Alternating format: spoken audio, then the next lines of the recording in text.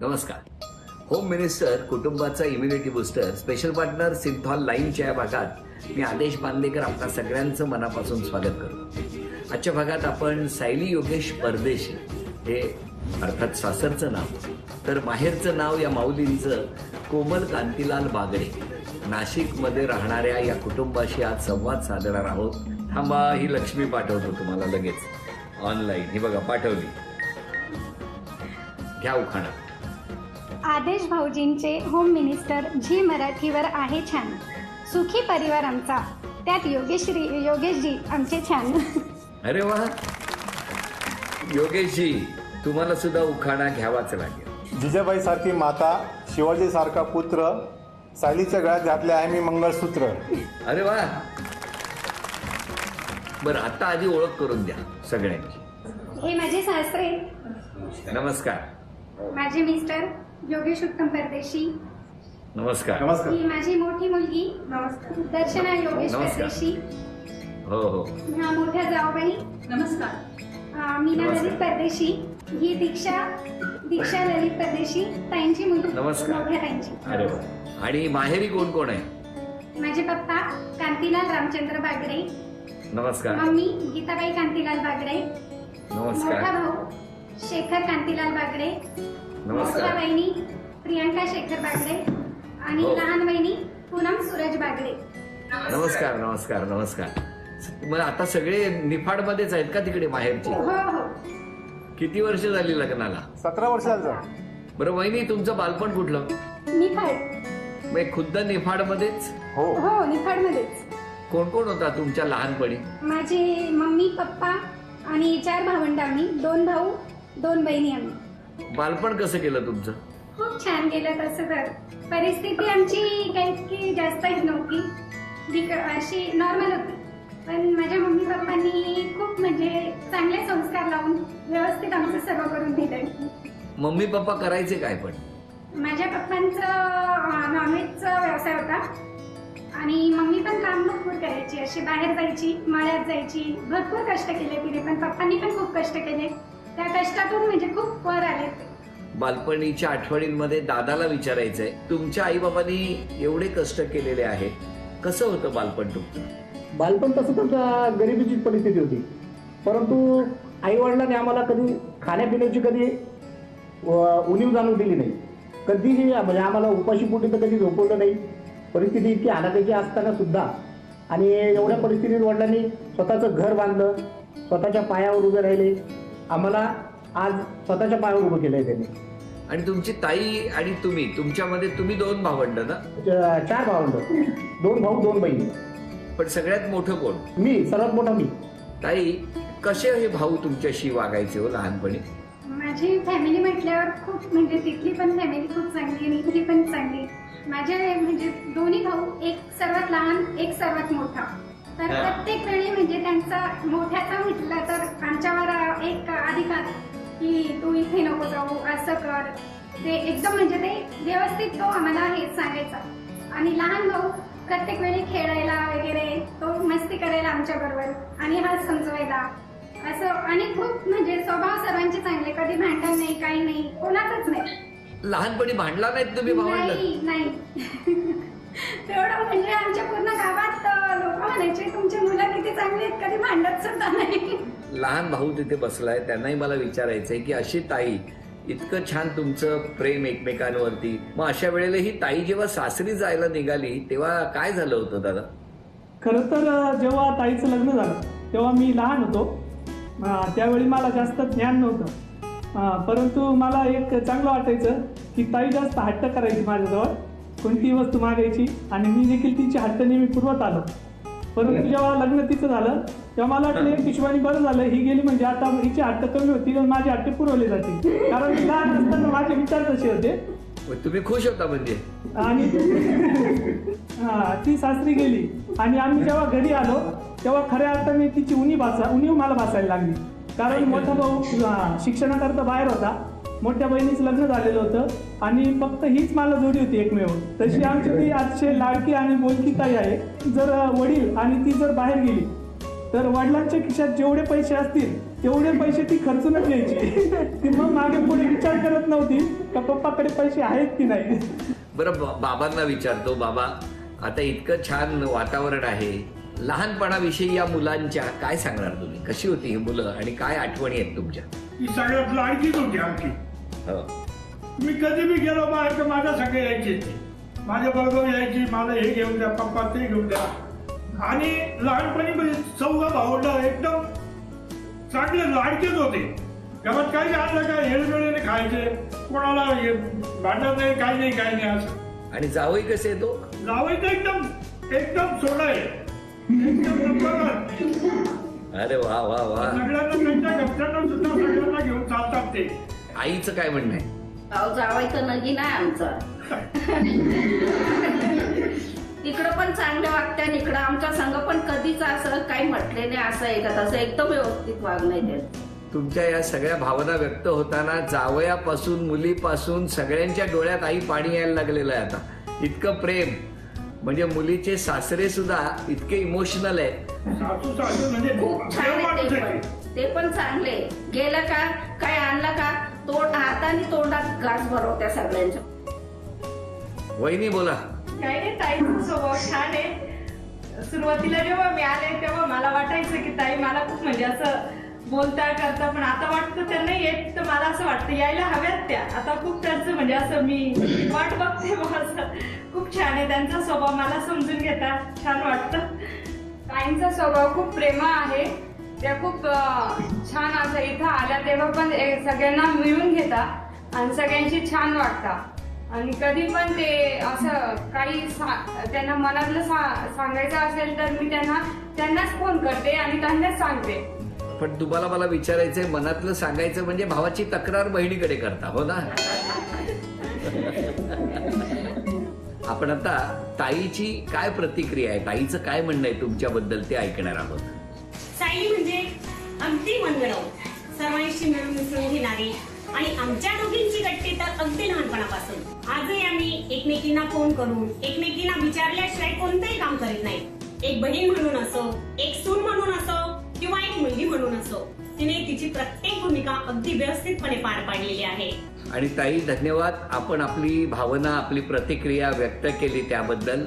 जेव्हा पण आमची ताई इथे घरी येते तेव्हा ती तिथून येताना त्यांची सून असते, परंतु इथं आल्यानंतर जशी आम्ही लहानपणी होतो ती तशीच लहान होऊन जाते. आणि तिच्या बरोबर आम्ही सुद्धा सर्व भावंड, किंबहुना माझी बायको असेल, आमच्या मोठ्या वहिनी असतील, सर्व आम्ही लहान होऊन जातो. बरं, मला सांगा आता, तुम्ही इतकं बोललात म्हणून पहिलं आव्हान तुम्हालाच देतो. एक प्रश्न विचारणार, त्या प्रश्नाचं उत्तर दिलं तर तुम्ही ताईला सोन्याची नथ बक्षीस म्हणून मिळवून देणार. हा, पण न थांबता उत्तर द्यायचंय. तर तुम्हाला प्रश्न आहे, 5 वाहनांचे प्रकार सांगा. मोटर गाडी, 1, रेल्वे, विमान, रॉकेट, जहाज. अभिनंदन. वहिनी, तुम्हाला सोन्याची नथ माहेराहून भेट म्हणून भावाने मिळवून दिलेली आहे. नमस्कार. नमस्कार. योगेशजी, नमस्कार सर. तुमचं बाळपण सर नाशिकलाच सर. नाशिकला कुठे? जीपी रोडला. तिथं आमचं कौलूचं एक घर होतं. बर. हां, त्या घरात आम्ही सर्व एकत्र राहायचो. किती जण? आम्ही 3 भाऊ आणि 1 बहीण. आई बाबा काय करायचे? आई तर हाऊसवाईफ होती आणि वडिलांचं क्रेशरचं काम होतं सर. पण बाबा खूप प्रेमळ आहेत ना? हो हो हो, फार खूप प्रेमळ आहे. लहानपणी तर मी फार त्रास द्यायचो घरात, म्हणजे जास्त त्रास द्यायचो. तर मला मी जास्त मार खाल्लेला आहे वडिलांचा.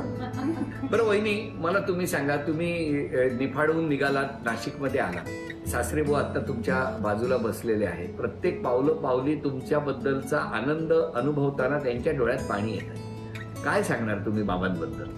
माझे सासरे म्हटलं तर ना, आमच्या घरचे सर्वात म्हणजे खूप मन मोठं आहे त्यांचं, खूप चांगले ते. म्हणजे प्रत्येक जणांना तुम्ही जर घरात विचाराल ना की कोण व्यक्ती आवडते घरात, तर मी माझ्या मिस्टरांचं म्हणण्यापेक्षा मी सासऱ्यांचं नाव घेईन, इतकंच चांगले ते. आणि खूप म्हणजे इतका मेळू स्वभाव आहे त्यांचा की कधीच, आणि म्हणजे अजून पण ते किचन मध्ये आले ना तर काही पण असलं ना तर आम्ही तिघी सुना आहे ना तर लगेच काहीतरी घेऊन आमच्या तोंडात टाकतील. म्हणजे वडिलांप्रमाणेच ते प्रेम करतात आम्हाला. कधीच असं हे नाही करत की ही सून आहे म्हणून मी हिला असं कसं वागू. बाबा काय सांगणार या सुनांबद्दल तुमच्या? मुलीसारख्या सून आहेत माझ्या. हो हो हो हो, माझं फार प्रेम आहे त्यांचं. ते कळतच आहे. आणि सुना गृहलक्ष्मीच्या पावलाने आल्या आणि आता सुना म्हणजे तुमच्यासाठी वैभव झालंय हे तुमच्या डोळ्यात दिसतंय आम्हाला सगळं. बाबांचे आशीर्वाद आहेत या घरावर. योगेशजी मला सांगा, हा सर. लग्नाला किती वर्ष झाली? सर 17 वर्ष झाले. पण मग कसं काय जमलं हो लग्न? माझ्या मावशीचा मुलगा आहे, गणेश नाव होतं त्याचं. त्याचे काका, मोठे काका आहे, त्यांची ही मुलगी होती. तर मग त्या हिशोबाने मग मी जायचो, नेहमी जायचो निफाडला माझ्या मावशीच्या मुलाबरोबर. गणेश नाव त्याचा. तर मग तिथं आमची ओळख झाली. मग तिला पसंत केलं तेव्हाच. मित्राबरोबर जाता जाता. मग हे लव्ह कम अरेंज आहे का? आता sir love plus marriage sir, arrange marriage. ओ वहिनी कशाला उगाच धमकावताय अरेंज? बरं कशी साथ दिली तुम्हाला गेल्या 17 वर्षात योगेशजी या माऊलीनं? जेव्हा आमचं लग्न झालं सर 2003 मध्ये, त्याच्यानंतर लगेच म्हणजे आपण म्हणतो लक्ष्मी घरात येते आपल्या, तर त्या हिशोबाने आमच्या घरात ती लक्ष्मी आली. आणि 2004 मध्ये आम्ही प्लॉट घेतला होता मोठा. आता त्याच प्लॉटवरती आम्ही मोठी बिल्डिंग बांधलेली आहे. अरे वा. आम्ही जेव्हा म्हणजे आता कोणत्या फ्लोअरवरती कोण राहणार हे डिसिजन घ्यायचं होतं, आम्ही काय केलं होतं सर, एक चिठ्ठ्या टाकल्या होत्या. आता असं झालं की सर्वात मोठी जे आहे, मोठे भाऊ आहे, त्यांना सर्वात 5वा फ्लोअर मिळाला. आणि मी लहान आहे तर मला त्याच्या खालचं मिळाला. माझ्या छोटा जो भाऊ आहे तो राजेश आहे, त्याला त्याच्या खालचा मिळाला. म्हणजे स्टेप बाय स्टेप आलो बरोबर वरतून खालपर्यंत. वरून खाली राहायला आले, पण खालून वरती प्रगती झाली. तुमच्या घरात सगळ्या गृहलक्ष्मी आल्या. हो हो सर हो. बरं आता जाऊबाईंना काय म्हणायचंय ते ऐकूया आपण. ती अत्यंत प्रेमळ आहे, पण एवढंच आहे की काही गोष्टीला खूप पटकन ती रिॲक्ट करते. तर मला असं वाटतं की तसं तिने करू नये. योगेशजी वहिनी कधी रागावतात का हो? हो कधी कधी जास्त म्हणजे त्रास जास्त दिला गेला माझ्याकडून कधी, तेव्हा चिडते नक्की. मुलीला काय म्हणायचंय? माझी आई म्हणजे सर्वांना सोबत एकत्र घेऊन चालते. आणि आमच्या पूर्ण कुटुंबामध्ये माझी आई एकटी वर्किंग वुमन आहे आणि ती माझ्यासाठी इन्स्पिरेशन आहे. ती मला खूप खूप मदत करते.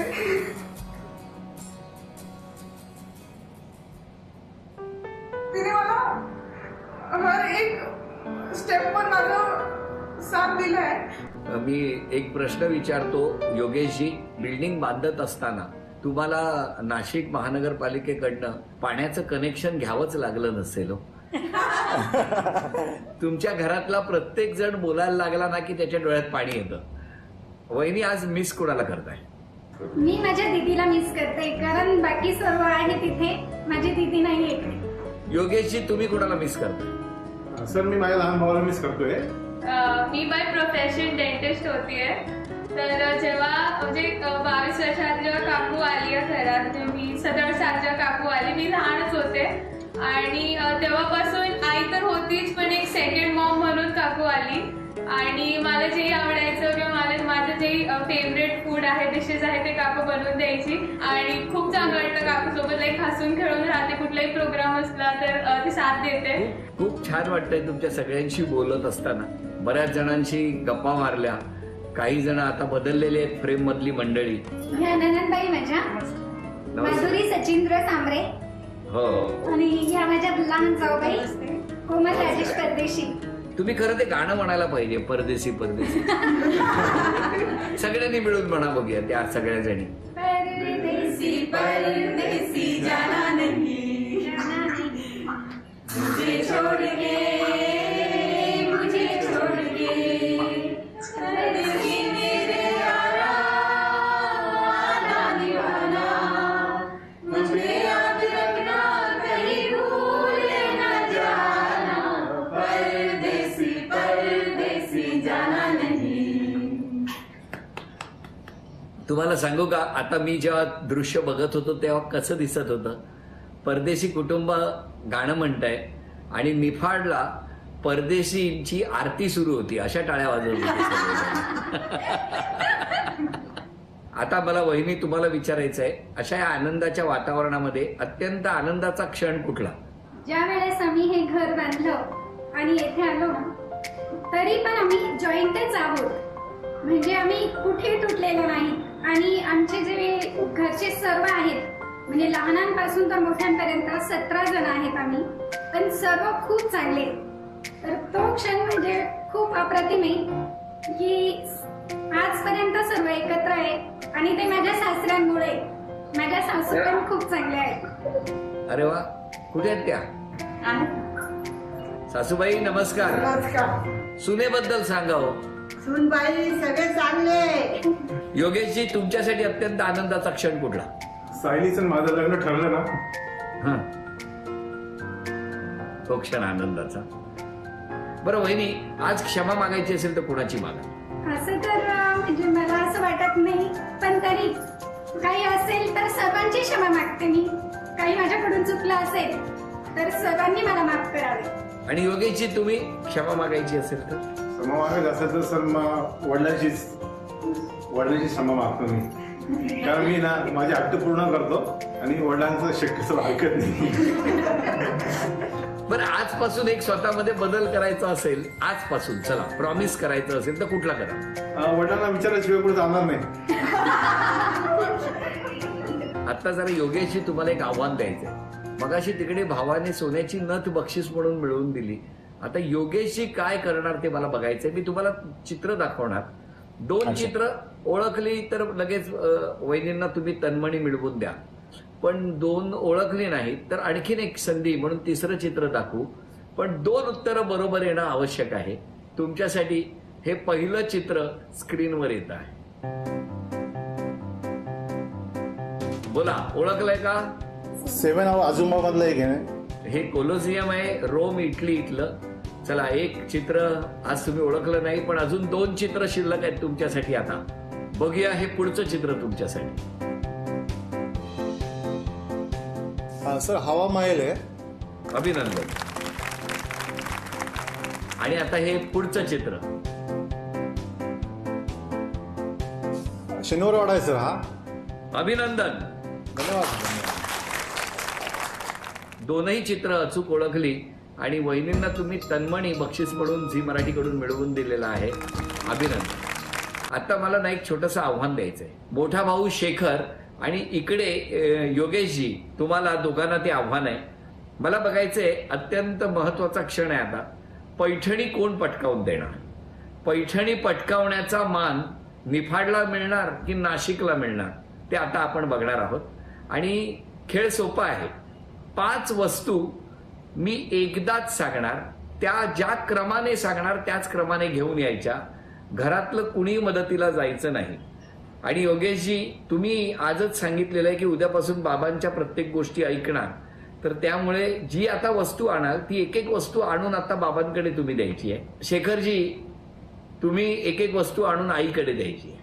दिलेल्या 30 सेकंदामध्ये सर्वात आधी जो कोणी खेळ हा पूर्ण करणार तो आज या माऊलीला पैठणी मिळवून देण्याचा मान पटकावणार. आणि त्यासाठी 5 वस्तू आहेत: बशी, गूळ, लवंग, कात्री आणि वही. वेळ सुरू झाली.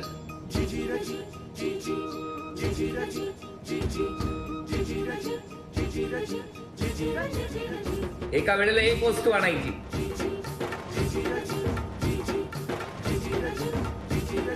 दहा, 9, 8, 7, 6, 5, 4, 3, 2, 1. सगळ्यात आधी येऊन बसले योगेशजी. बाबा, तुम्ही सांगा आता योगेशजींनी काय काय आणलं? बशी आणून दिली. बशी आणली. गूळ आणून दिला. गूळ आणलं. हे लवंग आणून दिल्या. लवंग आणलं. कापूर आणून दिली. कात्री आणली. त्यापैकी 2 वस्तू फक्त एका वेळेला आणल्या. आता तिकडे काय केलंय बघू. दादा उशिरा आला, पण त्यांनी काय काय आणलं आई सांगा. गुळ. पहिलं गुळ आणलं. बशी आणली. पहिली बशी, मग गुळ आणलं, मग काय आणलं? मोही आणली. आणि लवंग बिवंग काय मिळालीच नाही वाटतं. म्हणजे या क्रमाने सुद्धा जास्त वस्तू आणल्या योगेशजींनी. अभिनंदन योगेशजी. पण किमान क्रम तरी राखला गेला. त्यामुळे वहिनी तुम्हाला योगेशजीने आज पैठणी पटकावून दिलेली आहे. वहिनींना मिळत आहे तथास्तु पुणे आणि कोल्हापूर यांच्याकडून पैठणी, आणि ही पैठणी लॉकडाऊन नंतर तुम्हाला घरपोच करण्यात येणार आहे. तेव्हा तुमच्या दोन्ही कुटुंबांना आणि आपणा सर्वांना मनापासून शुभेच्छा. हसत राहा, आनंदात राहा, स्वतःची काळजी घेत राहा असं म्हणत आजचा भाग इथेच संपतो आहे. पुन्हा भेटणार आहोत अशीच एक पैठणी घेऊन होम मिनिस्टर कुटुंबाचा इम्युनिटी बुस्टरच्या पुढच्या भागात. नमस्कार.